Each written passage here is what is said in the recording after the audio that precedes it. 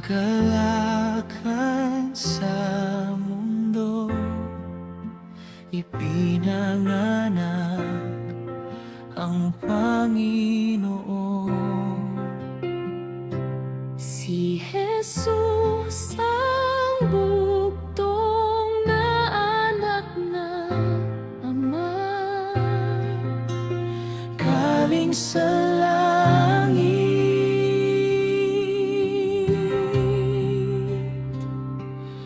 espesyal na kaluwalhatian sa Kanya.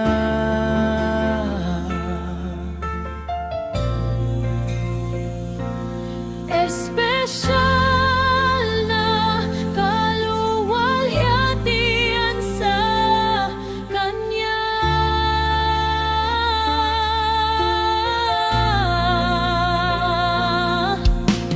Kristo ang Panginoon ng kaluwalhatian, ang tagapagligtas at